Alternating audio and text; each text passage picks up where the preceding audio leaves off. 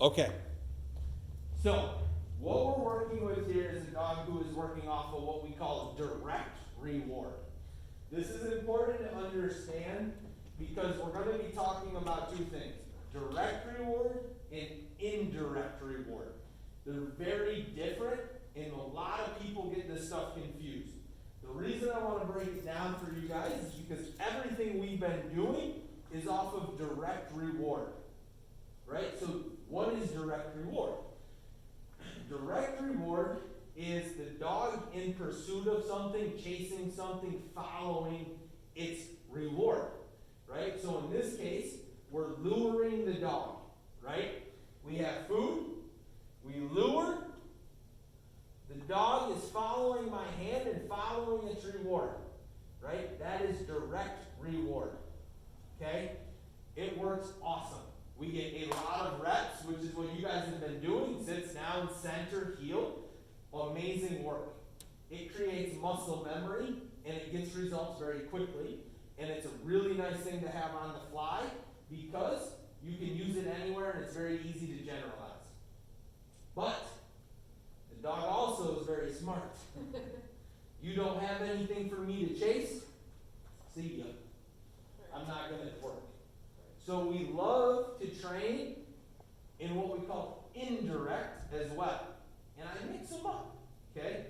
Indirect is the dog cannot see the reward, right? So I have a ball in my pocket, and I'm going sit down, and the dog must put himself into the position, and then I go right, and the reward appears, right? So the reward comes out of my pocket. Right there, the dog goes, whoa, that's awesome. Okay? That is when we have a really well-trained dog. Right. So the difference of the two is, again, when we look at that, direct reward, I always compare it to Google Maps. Right? You are driving somewhere, you put Google Maps in your phone, you don't have to think, you shut off. Right? And you just drive around, you follow the turn. But say you're going someplace new, right? You've got Google Maps. It might take you 15 times punching that into Google Maps to get there before you're like, I don't need the Google Maps anymore. And every now and then, that first time you try not to use it, you're almost there and you're like, oh shit. What turn is it again? What road is it? And you punch it in the map system real quick, right? But back in the day, we used an atlas, right? When I drove across country, I had an atlas, right? And figure out how the hell to get here. We didn't have Google Maps, right? So when you have that atlas, you pull over, you get stuck, you get lost, you're trying to figure out your way.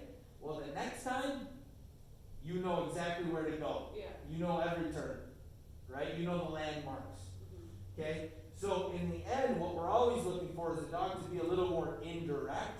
So there's times where I might use my food and instead of my pouch, it's in my sweatshirt pocket, right? If I have a dog who's very ball driven, I tuck it inside so they can't see it, right? Which is really nice. So right now we're going to do a couple more reps here, and I want you to lure right with your leg, because right now we're using what we call classical conditioning with lures to create the behaviors. It works very well through the direct reward. It just takes a lot of reps and making sure we get the name, plus we're going to do some pressure. Right, so let me see a few more reps here with that heel. Because again, it's really cool to see this. Good. That was good because you didn't use the food to lure there, right? So the food's there. You got to look up again.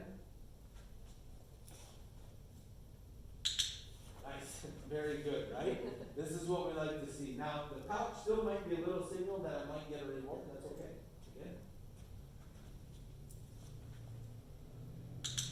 Now, again, what I really like to see here is, and you're noticing it, your leg's going to become less and less.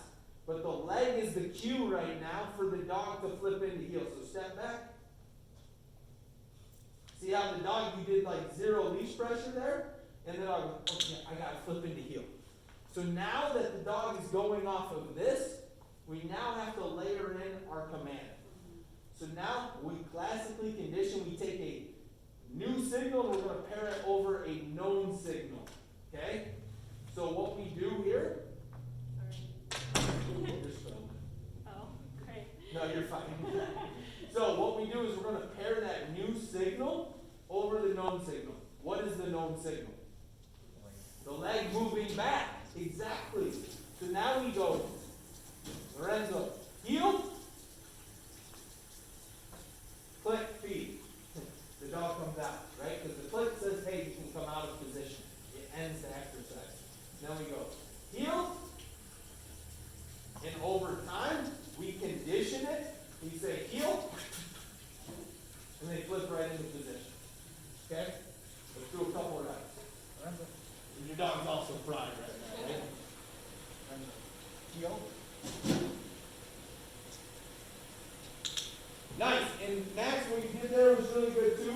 Lorenzo started to creep. Whoop. Just a little bit of that pressure brought him back, and then click and feed. Lorenzo, heel. Good. So we're showing now too. One thing I like to do so your dog does not creep, randomize the reward placement. It's a little harder when you're against the wall, but you're here. Click, click. Lots of times we've been feeding out here. Click, click, throw the food behind you. Oh, nice. Right? Then the dog never knows you can throw it behind you and to the side.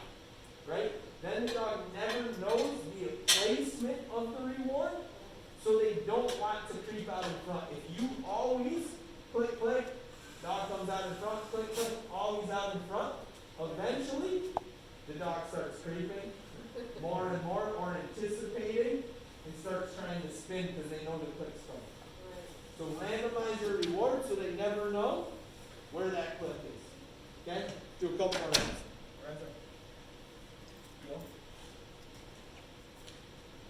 And you saw actually there, he said heel, and he started to go right away before the step.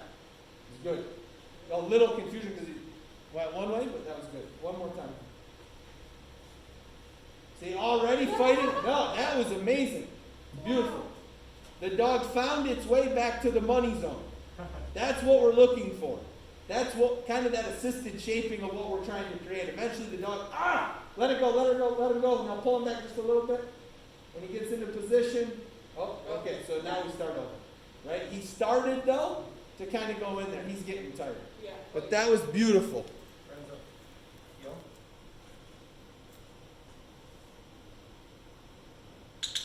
Good. Good.